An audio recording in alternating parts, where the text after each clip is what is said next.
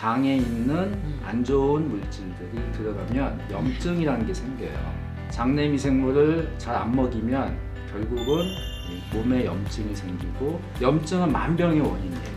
암부터 시작해서 이런 염증성 질환, 아토피 같은 이런 자가 면역 질환, 뇌, 치매, 파킨슨, 자폐 스펙트럼 장애, 우울증 이런 것들 다 염증과 관련이 있는데 배고프니까. 안녕하세요. 오늘 여러분은요 정말 만나고 싶은 분을 만나게 될 겁니다. 제가 특별히 모셔왔거든요. 그 방송이 그 JTBC였었죠? 네네, 차이나는 클래스. 차이나는 클래스. 거기서 교수님 강의 진짜 잘하시더라고요. 아유, 별 말씀입니다. 네, 너무 들을 만한 얘기가 많아서 막 적으면서 봤는데 이 카메라 보시고 잠깐 소개 좀 해주세요. 네. 안녕하세요. 저는 서울대학교 생명과학부 천종식 교수입니다.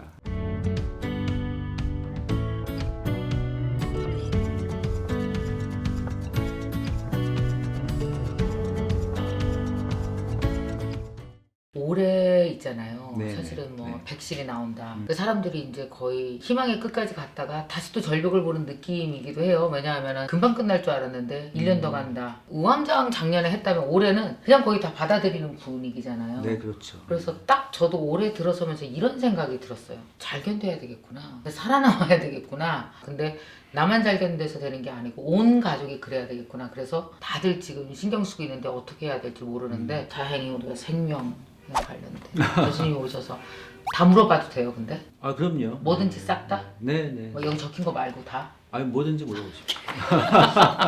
교수님 그러면 딱 그 나는 이거 교수님의 전공은 어떤 거에 대해서 이렇게 평생 연구하신 거예요? 저는 주로 전공한 분야는 세균입니다. 무슨 세균이요? 혹시 아는 세균 있으세요? 곰팡이?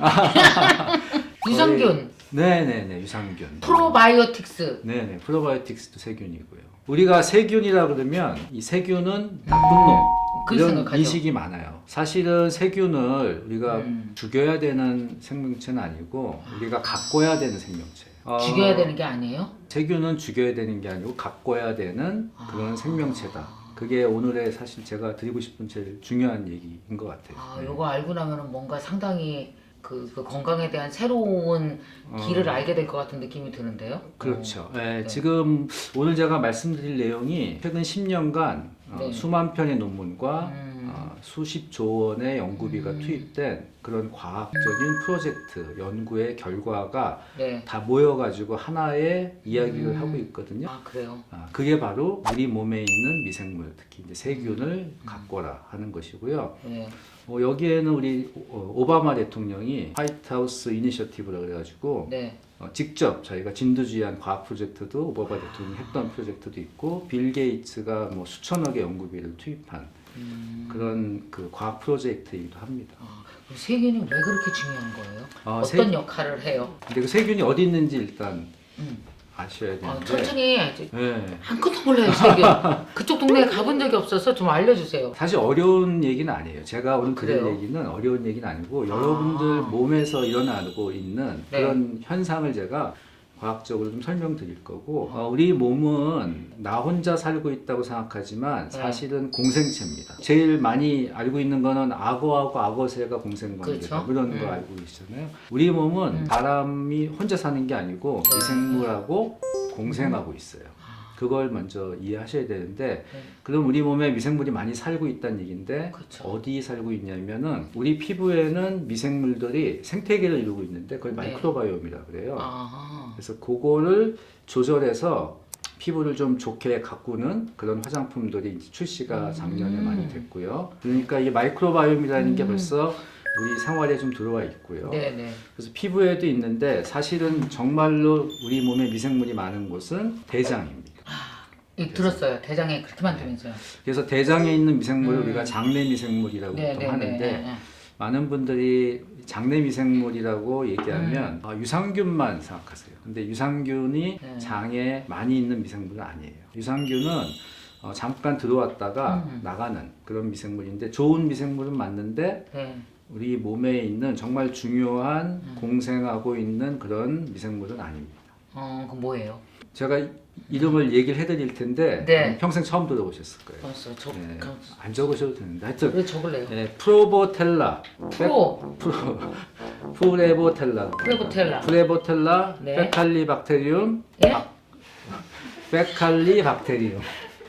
한국말로도 못 알아. 때깔리박테리움? 예, 페칼리박테리움. 때깔리박테리움? 박테로이데스. 이런 박테로이데스. 세균들이에요. 처음 들어보시죠? 프로보텔라, 때깔리박테리움, 바테로텍스. 박테로이데스. 제가 나중에 아, 네, 네. 카톡으로 말씀드릴게요. 네. 그런 세균이 네. 여러분들 대장에 꽉 차 있다고 생각하시면 돼요. 근데 눈에 보이지 않아서 여러분들이 그쵸. 모르실 뿐이죠. 어느 정도 숫자가 있냐면 38조 마리.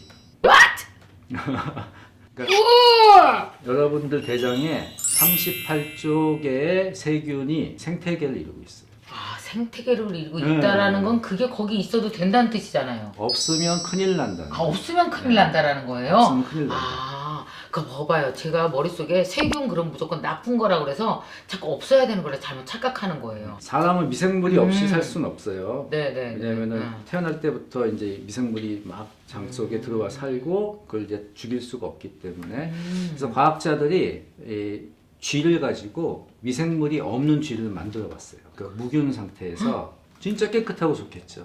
어떻게 아마 됐어? 그걸 자 미생물이 없는 상태에서 자란 쥐는 장에 미생물이 전혀 없는 쥐는요 어떠냐면은 발달이 잘 안 돼요. 아, 그래서 뭐 혈관이나 면역계 같은 게 발달이 잘 안 돼가지고 조금만 병원균이 들어오면 정상적인 쥐에 비해서 면역계가 약해가지고 금방 죽어버려요. 그 다음에 우울증도 잘 걸려요. 쥐가 우울증 걸리거든요. 그럼 찍찍 안 그러고 깨 그래요? 여러 가지 이제 증상을 나타내는데 예, 뭐 대표적으로 과학자들이 많이 보는 게 우울한 상태, 불안감이 많은 상태가 되면 쥐가 어떻게 되냐면요. 예를 들어서 물에다가 헤엄을 치게 하면은 네. 금방 포기하고 그냥 죽음을 선택하죠. 본인이 우울하기 예 비슷해요.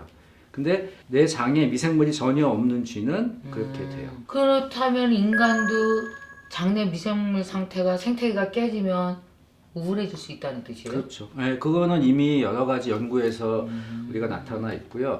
장에 있는 미생물들이 굉장히 숫자가 많고 종으로 따지면 수백 종이에요. 근데 그 생태계가 망가지면은 디스바이오시스라고 하거든요. 네. 왜냐면 이제 과학자들은 좀 어려운 단어 써야 좀 이렇게 근데 어쨌든 계속 멋있잖아요. 교수님 계속 있어 보이세요. 네, 아이 뭐 제가 오늘 좀 어려운 단어를 너무 있어 보여. 그동안 공부한 것도 있고 하니까. 아, 네, 좋아요. 근데 하여튼 디스바이오시스라는 상태가 되면요. 네. 우리가 이제 이걸 불균형 상태라고 보통 이제 번역을 많이 하는데 정상적이지 않고 망가진 장내 미생물 상태가 되면 그러면은 어떤 질병이 생기는지 혹시 한번 우울증 온다고 말씀하셨고 제가 우울증 온다고 말씀드렸고 면역계가 되게 약해질 것 맞아요. 같기도 하고요. 네. 장이 고장나서 설사할래나? 그러니까 장이 보통 망가졌을 때 아시는 질병 중에 요즘 연예인들이 많이 걸린 그런 질병 중에 크론병이라고 있죠. 염증성 장질환 중에 하나예요. 그래서 크론병이라는 게 굉장히 치료가 어려운 질병이고 연예인은 왜 잘 걸려요? 연예인이 잘 걸린다기보다 연예인들 중에서 그 병에 걸려서 그 병이 상당히 많이 알려졌어요. 예를 들면 뭐 윤종신 씨라든지 이런 분들이 맞아. 방송에서 그 병이었구나. 방송에서 말씀을 하셔가지고 근데 최근에 크론병이 굉장히 환자가 많이 늘고 있어요. 특히 청소년들 그거를 설명하는 그 이유 중에 하나가 바로 장내 미생물입니다. 그러면 현대인이 장내 미생물이 더 깨져 있다라는 거예요? 더 망가져 있다는 게 시스템이? 그렇죠. 예를 들어서 2만 년 전 한번 상상해 보세요. 우리 대표님께서 살고 계셨다 그러면 어떤 거 드셨을까요? 뭐 그냥 다 땅에서 난 거, 하늘에서 뿌려준 거 먹었겠죠. 네. 그래서 우리가 그걸 이제 수렵채집인이라고 하잖아요. 네네네. 네, 수렵채집인들이 먹는 상태가 정상적인 상태예요. 인간한테는 원래 그렇죠. 그런데 인간이 이제 그 이후에 식단을 완전히 바꿨어요. 그렇죠. 우리 아이 세대랑 우리 세대랑 식단이 달라요. 근데 저만 해도 제가 기억에 일주일에 고기 반찬을 뭐 한 하루 이틀 정도 먹었던 것 같아요. 아유, 좀 있었네. 그렇죠. 난 지금 그 돼지불고기를 우리 엄마가 해주는데 명절 때 1년에 그렇게 자주 못 먹었던 것 같아요. 그래서 막 식구들끼리 딸내 있으면 환장하고 막 먹고 그랬거든요. 근데 요즘은 그게 에브리데이죠. 뭐 맘만 맞습니다. 먹으면 햄버거도 먹고. 하여간 정말 많이 달라졌어요. 그죠? 자, 근데 그렇게 이제 식단이 바뀌는 거를 우리가 이제 서구화된 식단이 된다고 얘기하거든요. 그래서 서구화된 식단이 되면서 이제 과학자들이 이걸 쭉 조사해 보니까 장내 미생물이 황폐화가 돼요. 왜냐하면 먹을 게 없기 때문에. 아, 장내 미생물이 먹을 게 없어. 우리가 그렇죠. 공급하는 것 중에서는. 네. 아, 이렇게 보시면 되는데 사람이 먹는 거는 이제 사람이 소화를 시키잖아요. 위를 통과하고 소장을 통과하면서 거기서 사람이 이제 흡수를 해요.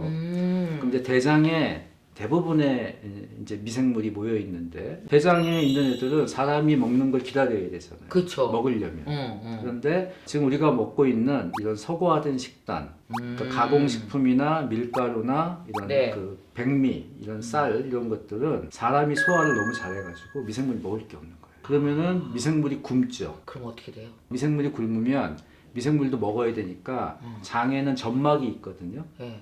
이렇게 입안에 보시면 이렇게 끈적끈적한 게 점막이에요. 장도 이제 점막으로 이루어져 있는데 그쵸. 그 점막을 미생물이 먹죠. 배고프니까. 그럼 궤양이 날 거 아니야? 그러면 장이 이제 약해지고 구멍이 날 수 있겠죠. 그러면은 장이 뚫리면서 그 안으로 장에 있는 안 좋은 물질들이 들어가면 염증이라는 게 생겨요. 염증은 만병의 원인이에요. 암부터 시작해서 이런 염증성 질환, 아토피 같은 이런 그 자가 면역 질환, 뇌, 치매, 파킨슨, 자폐 스펙트럼 장애, 우울증 이런 것들 다 염증과 관련이 있는데 염증이 생겨요. 장에. 네, 장에만 생기는 게 아니고요. 장에서 시작해서 온몸으로 전신으로 가고요. 마지막으로 뇌에도 염증이 생겨요. 그래서 장내 미생물을 잘 안 먹이면 결국은 이 몸에 염증이 생기고 그게 굉장히 다양한 질병으로 가고 여기 보니까 장내 미생물 뭐 이거 관리를 제대로 안 하면 뭐 파킨슨, 치매, 네. 치매 뭐 이런 거 다 연관이 있는 거예요. 연관이 많이 돼 있죠. 우리가 예전에는 질병이 생길 때 원인을 크게 두 가지로 봤거든요. 하나는 내가 갖고 태어난 유전자가 있어요. 유전자는 바꿀 수가 없습니다. 그렇죠, 지금 그렇죠. 기술로는. 그렇기 때문에 이제 조심하는 수밖에 없죠. 네. 그 다음에 또 하나는 생활 습관이에요. 네. 뭐 담배를 피거나 먹는 거, 스트레스 받고 이런 것들. 네. 근데 지금은 이제 많은 과학적인 결과가 세 번째 원인이 있다. 질병에. 그게 장내 미생물이다. 아, 그렇게 중요한 걸. 이게 장내 미생물에 대해서 본격적으로 얘기되는 게 네. 언제부터일까요? 이제 10년 전쯤부터 막 연구가 돼서 이제 굉장히 많이 알려지고 있고요. 네. 그래서 이거를 만약에 그냥 모르시거나 그냥 무시하셔도 되는데 그러면은 질병을 좀 예방할 수 있는 그런 아주 중요한 단서를 놓치시는 거예요. 나쁜 짓을 안 하는 것을 예방하는 것도 중요하지만 우리가 그냥 먹는 것을 통해서 네. 이 장내 미생물 이쪽 생태계를 잘만 관리해도 사실 제일 무섭잖아요. 저희는 나이 들수록 파킨슨, 치매, 네. 우울증 뭐 이런 여러 가지 염증으로 유발되는 뭐 상상할 수도 없는 많은 병들이 그래도 어쨌든 예방도 되어지고 건강하게 살 수 있는 거죠. 그럼요. 네. 그럼 이거는 뭐 어떻게 해야 돼요? 그럼 이제 그다음 얘기를 해주세요. 어떻게 해야 될까요? 그러니까 미생물을 잘 먹여야 된다. 이게 네. 핵심이라고 보시면 되고요. 미생물을 잘 잘 먹여. 먹여야 된다. 그래서 아까 왜 같이 잘 데리고 살아야 된다. 네. 그러셨잖아요. 네. 지금까지는 내가 뭐 먹어야 건강해, 내가 어떻게 먹어야 건강해. 이렇게만 보셨다 그러면 내가 키우는 애들이 있다. 그래서 얘네들을 같이 먹여야 된다. 이런 새로운 개념을 가지고 접근하시면 되고 실제로 이 과학자들도 지금 우리가 먹는 모든 음식에 대해서 네. 이 장내 미생물의 관점에서 네. 다시 연구를 하고 있습니다. 아 그래요? 네, 그래서 예를 들어서 시금치 몸에 네. 뭐 좋다 생각하시죠? 뭐 뽀빠이 예전에 나왔던. 뭐 뽀빠이가 하도 먹으라 그래서. 네, 근데 시금치도 장내 미생물에 좋다 하는 것들이 논문으로 나와 있고요. 뭐 아보카도, 브로콜리 이런 것들도 나와 있고요. 우리가 먹는 모든 음식을 장내 미생물의 관점에서 다시 보면은 좋은 측면들이 또 부각이 된다는 거죠. 어떻게 내가 싫어하는 것만 좋아하냐 미생물. 미생물은 나랑 상극인가 봐. 대표님이 좋아하시는 음식 식재료를 한번 말씀해 주시면 제가 그게 해당되는지 예, 말씀을 드릴게요. 저요 제일 좋아하는 거요. 저 무는 좋아해요. 무도 괜찮아요. 무 좋아하고요. 당근은 익히면 절대 안 먹고 생으로는 먹어요. 당근은 정말 좋습니다. 아 그래요? 네. 당근이? 당근을 근데 드실 때 당근 주스 같은 거 있잖아요. 네네. 당근 주스 보통 이렇게 맑게 해가지고 찌꺼기는 싹 빼고 보통 드시죠. 네. 근데 그 찌꺼기에 좋은 게 있어요. 거기에 미생물 먹이가 있거든요. 아 그래? 사실 우리는 이제 미생물이 좋아하는 것들은 빼고 그동안 이제 당근 주스를 먹은 거지. 두부. 두부는 되게 좋아요. 콩 두부 같은 좋아요? 경우. 두부 콩. 네. 검은 콩 엄청 좋아하고요. 치킨 피자. 고기 종류들은 미생물이 좋아할 수도 있는데 난 미생물이 되게 육식 좋아하실 것 같은데 그분들 싫어하세요? 문제는 제가 아까 말씀드린 대로 아, 대부분의 미생물 대장이 있는데 네. 대장 전에 소화가 돼요. 우리 먹고 개 먹을 거 따로 좀 해서 내려 보내줘야 그렇죠. 되는 거예요? 네, 그래서 생각도 못한 일 있어요. 우리가 소화를 못하는 탄수화물을 먹어야 돼요. 그래서 핵심은 탄수화물도 그럼 백미는 우리가 다 먹어요? 대부분 우리가 먹죠. 그럼 밀가루는 대부분 우리가 먹죠. 밀가루도? 네. 그럼 뭘 먹어야 돼요? 이제 가공식품이나 이런 것들은 최대한 피하고요. 그다음에 밀가루나 네. 이제 쌀, 이제 백미 같은 것들을 좀 피하고 단순한 설탕류 이런 것들 좀 피하면 사실 나머지 야채류, 그다음에 네. 엽채류 이런 것들은 대부분 미생물이 좋아하는 그런 것들이라고 볼 수가 있어요. 그래서 저희가 이제 그런 정보를 좀 주기 위해서 네이버에 이제 카페를 네. 하나 운영하고 있거든요. 네네. 마이크로바이옴 식탁이라는 카페인데 마이크로바이옴 식탁. 네. 그래서 마이크로바이옴 식탁에 네. 그런 정보들 저희가 많이 올려놓고 있어요. 네. 좋아요. 들어가서 봐야 되겠네. 그리고 그러면은 이 얘기는 뭐예요? 그럼 탄수화물도 그 착한 탄수화물이 있다? 예전에 우리가 이제 주로 먹는 거를 바라보는 관점이 열량에 대해서 이제 많이 봤거든요. 그렇죠. 우리는 열량을- 칼로리, 그렇죠. 살 때문에. 칼로리. 네. 칼로리를 낮추면 그렇지. 좋다. 근데 그거는 그러니까 인간의 측면에서만 본 거고 미생물의 측면에서 반드시 봐야 되는 게 네. 미생물이 필요한 먹이를 먹어야 된다 이거죠. 미생물이 필요한 먹이가 어떤 뭐냐면은 거였어요? 기본적으로 탄수화물이에요. 네, 그러니까 그냥 무조건 나는 탄수화물을 줄여야지 하면은 사실 큰일 납니다. 왜냐하면 탄수화물을 전혀 안 먹는 분들이 있거든요. 있어요. 예, 단기적으로는 효과가 있을 수 있어요. 우리가 이제 키토제닉 다이어트 같은 것들 보면 단기적으로 효과가 있을 수 있는데 탄수화물 전혀 안 먹게 되면 미생물이 먹을 게 없기 때문에 결국은 장내 미생물이 황폐화되는 디스바이오시스가 생기고요. 실제로 저희가 그런 분들을 좀 검사를 해봤더니 환자들 수준, 그러니까 치매 환자나 이런 환자들 수준으로 장내 미생물이 많이 망가져 있어요. 그래서 반드시 좋은 탄수화물을 드셔야 되고 좋은 탄수화물은 전분 위주의 그런 재료가 아닌 이제 다른 형태의 탄수화물들을 많이 포함하고 있는 것들.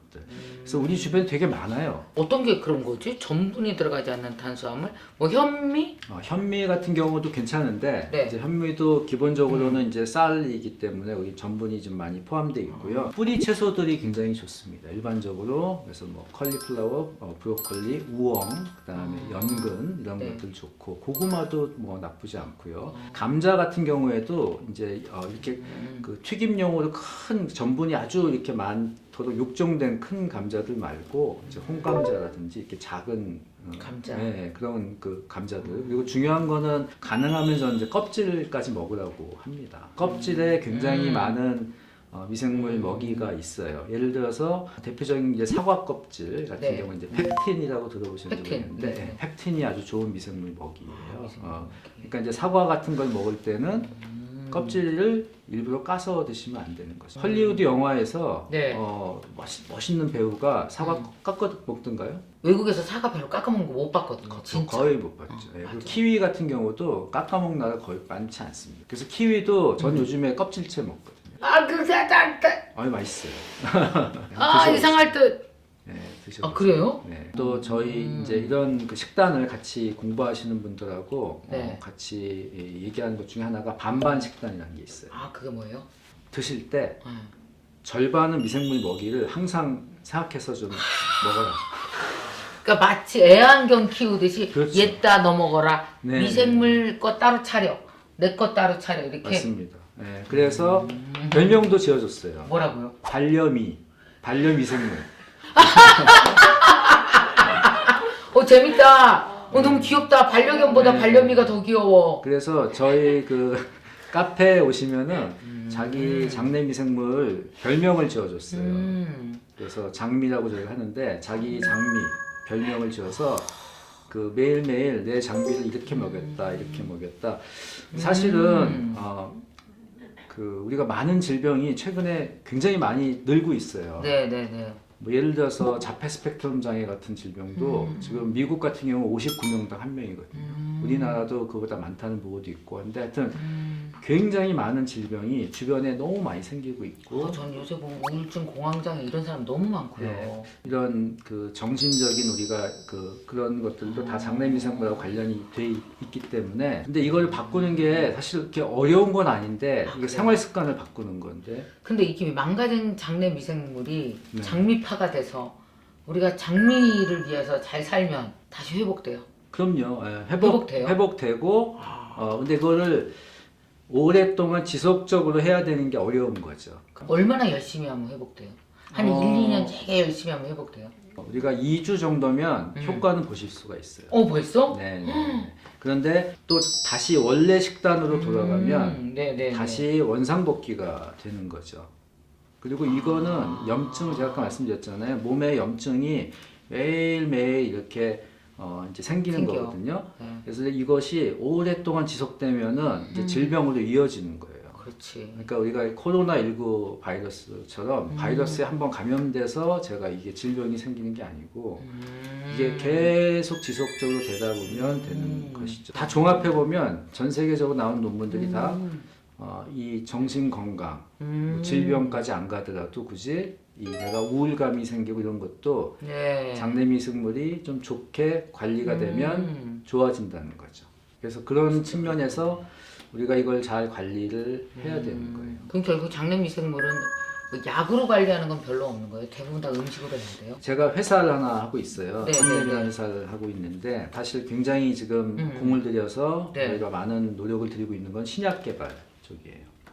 어떤 신약이요? 장내미생물을 바꿔서 앞에서 제가 말씀드렸던 뭐 크론병이라든지 암이라든지 그다음에 치매라든지 자폐 스펙트럼 장애라든지 이런 것들을 고칠 수 있는 사실 제가 지금 말씀드린 것들은 완치되는 약이 없어요. 예. 맞아요. 그쵸? 네. 그렇죠. 그래서 이 장내미생물하고 관련되어 있는 질병들이 대부분 치료제가 없습니다. 최근에 특히 한 10년, 20년 사이에 환자 수가 급격히 늘고 있고 네, 그래서 그런 치료제를 개발하는 신약 개발 분야가 있고요. 그다음에 마지막으로 지금 우리가 관리할 수 있는 방법으로 현재 할 수 있는 방법으로 그 헬스케어 분야가 있어요. 그건 뭐예요? 헬스케어 분야는 저희가 장내미생물을 통해서 건강 관리할 수 있도록 모바일 앱을 지금 이제 공개했습니다. 그래서 PBO 앱이라고 누구든지 무료로 다운받으셔가지고 사용해 보실 수가 있어요. 거기 뭐가 있는 거예요? PBO 앱에서는 장내미생물의 상태를 모니터링 하실 수 있도록 저희가 유전자 검사를 하는 게 하나 있고요. 유전자 검사 안 하시더라도 본인의 배변을 이제 넣어가지고 그걸 저희가 이제 점수화해서 관리할 수 있게 도와주고 있습니다. 그럼 어디로 보내야 되는 거예요, 그거를? 아닙니다. 그냥 앱을 까셔가지고 PBO라는 앱을 이제 검색해서 까셔가지고 화장실에 요즘에 다 스마트폰 가지고 들어가죠. 그럼 변을 찍으면 돼요? 아니 찍는 거 아니에요. 그럼 어떻게 해요? 그냥 거기서 자기가 이제 자기 변 상태를 그냥 입력만 하면 돼요. 한 2, 3초밖에 안 걸립니다. 본인의, 자세히 봐야겠네. 당연히 봐야지. 네, 보셔야 되는데 처음에는 보셔야 되는데 좀 익숙해지시면 대변을 대면해야겠네요. 근데 예전에 그 왕의 변을 유심히 관찰하고 그걸 맛도 보고 해서 왕의 건강 상태를 했다는 그런 역사가 있잖아요. 있죠. 근데 맞는 얘기예요. 변을 두려워하시면 안 되고요. 거기에 건강에 대한 굉장히 자기 상태에 대한 굉장히 중요한 정보가 있고요. 대변의 3분의 1이 미생물인 거 아셨어요? 엄청난 숫자의 미생물을 인간은 매일매일 바깥으로 내보내고 있어요. 면역세포의 숫자도요, 나이가 먹으면 점점 감소해요. 그래서 면역력이 떨어지고 하는 건데, 장내미생물이 안 좋아지는데, 재밌게도 우리나라는 나이가 먹을수록 장내미생물이 안 좋아지는 건 맞아요. 그런데 정말 재밌게도 20대는 60대만큼 안 좋습니다. 그게 식습관 때문에 그렇다니까. 그렇죠. 그래서 치킨 피자야 다 지금 치킨 피자 20대가 콜라야 주식이 지금 20대가 얼마나 안 좋은 식단을 하고 있는지 알 수 있고요. 지금 큰일 좀 더 이제 걱정스러운 거는 코로나19 때문에 네. 지금 집에서 배달 음식을 너무 많이 먹잖아요. 근데 배달 음식 한번 보시면은 정말로 미생물이 좋아할 만한 거는 100개 중에 한두 개. 흔히 예전부터 많이 썼던 말 중에 You are what you eat이라고 하는 네, 그러니까 네. 네가 먹은 게 너다. 네, 정말로 그렇습니다. 어떤 걸 먹었는지가 장내 미생물 구성으로 나타나고 이제 그게 아까 말씀드렸던 염증이나 신경계통의 영향으로 나타나는 거죠. 이게 당장 젊은 사람들은 이 젊은 그게 있기 때문에 금방 효과가 안 나타날 수 있지만 동물 실험을 해보면 그게 10년, 20년 후에 질병으로 또 나타나고 하기 때문에 그래요. 교수님 이 진짜 마이크로바이옴 이 중요한 얘기 장내 미생물 얘기해 주셔서 고맙고 또 교수님 정말 신약 개발도 잘 되셨으면은 네. 좋겠고 이 또 우리가 PBO 앱을 통해서 이 앱 안에서 많은 사람들과 격려하면서 식습관을 확실히 좀 바꾸는 거 이거 좀 네네. 노력도 해보면 좋겠고 여러 가지로 정보를 주셔서 정말 감사합니다. 선생님 오늘 교수님 고맙습니다. 감사합니다. 감사합니다. 네.